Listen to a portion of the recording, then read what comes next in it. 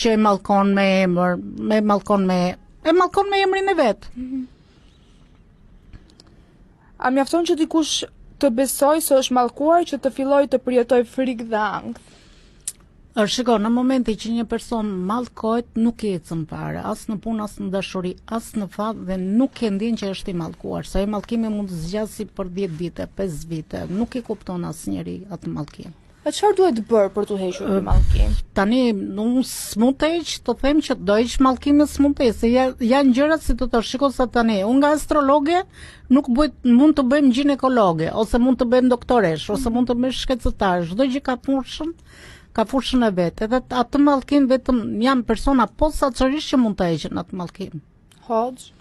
Tani mund të jetë hoxh, mund të jetë prift, mund të jetë edhe një person që mund të bëj lutje, por zakonisht këta mallkimet mund të heqin hoxhallarë dhe eksorcistë ose pritërin që bëjnë lutje. Po për shembull, okay, un jam zënë me X person dhe e mallkoj. Po. Tani më ka bërë, domethënë të ndihem keq sa unë e mallkoj. Ekziston kjo mundësia që mallkimi nuk e zem më deri në momentin që t'ja heqi unë mallkimin dhe t'ja bëj halal?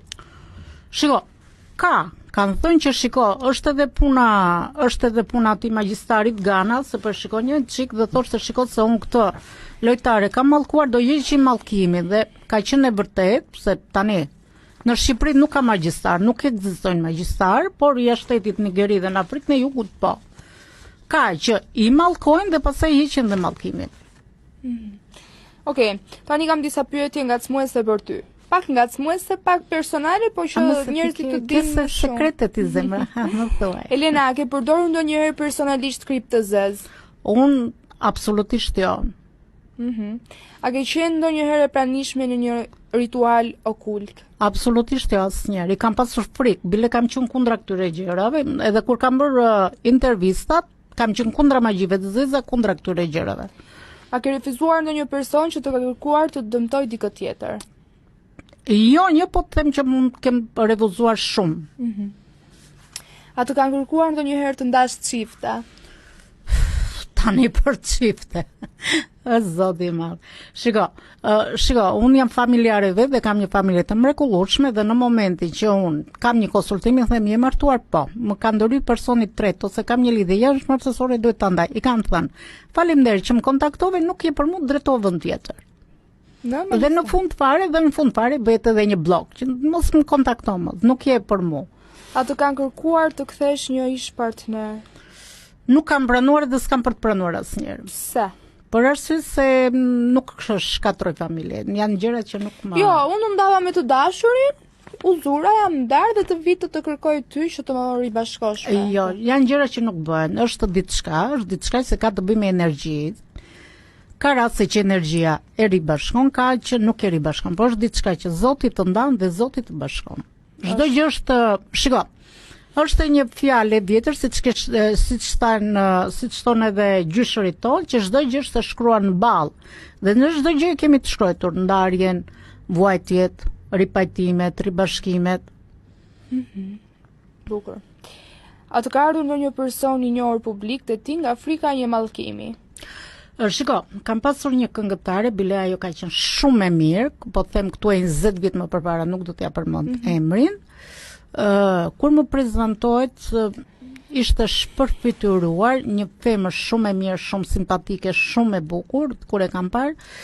Dhe i kam thënë, më prezantohet me emra ndë këte, bëj një bisedë, edhe unë kam qenë e fejuar tot, por në momenti që u fejova, humba karierën, kam humbur burin, humba karierën, humba çdo gjë dhe nuk del më në skenë.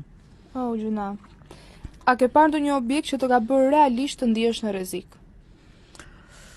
Objekt, shiko, unë jam tip që i ndjej gjërat dhe në momenti që do bëhet diçka, i ndjej, mund të kem edhe dhimbje koke, ose mund të kem edhe gjendje të fikti që e kuptoj që bëhet diçka, vetëm nga energjia që kam. A ke marrë ndonjëherë kërcënime për shkak të deklaratave të tua? Çfarë deklaratash?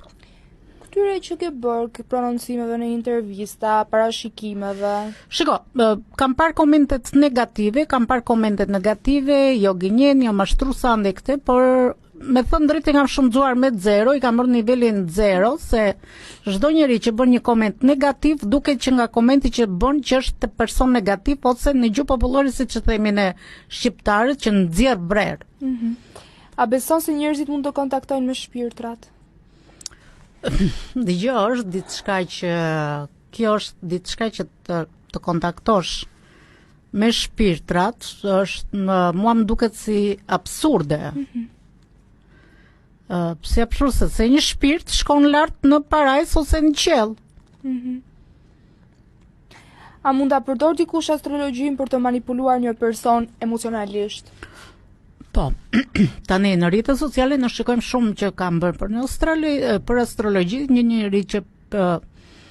njeri që thot në momenti që mund të ketë pasur një lidhje dashurie dhe është ndarë dhe kërkon mbështetje, mund të bjerë dhe viktim, por unë kam pasur dhe rastën në momenti që më kanë thënë bile kisha dhe një gocë sot, më ka erdhur një kliente shumë keq. Ajo ka qenë 7 zane, kishte pasur një lidhje me të huaj dhe kam të tha 4 muaj që janë ndarë. Thash, dëgjoj, ai personi që të ka ndarë të ka hyrë në ak. Të ka hyrë në ak edhe është diçka se ishte shumë e rënduar nga ana psikologjike. Dhe në momenti që më vinë, do me thonë, marrim telefon, më kontaktojnë dhe ka raste që them, shiko, se në momenti që mbushën synë me lot, i them, dëgjoj, e di se shpuna, qaj, shpreu. Do të thonë, nëse ti do bësh një parashikim, ke dhe një këshill shpirtërore.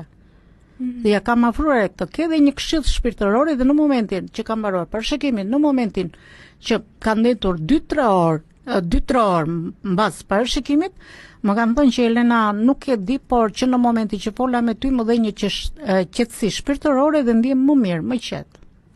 Tani për ta mbyllur këtë, dua të di se si dallon një astrolog serioz me një mashtrues. Shiko tani astrolog, të flasim duket një njeri që nuk ka bërë, se unë thash kam bërë kurset, kam bërë shkollat, kam qenë me profesion 7-8 vjet, duket se në momenti që një njeri bën parashikimi, nuk i del parashikimi. Dhe unë kam shumë raste që kisha sot klientëm, ta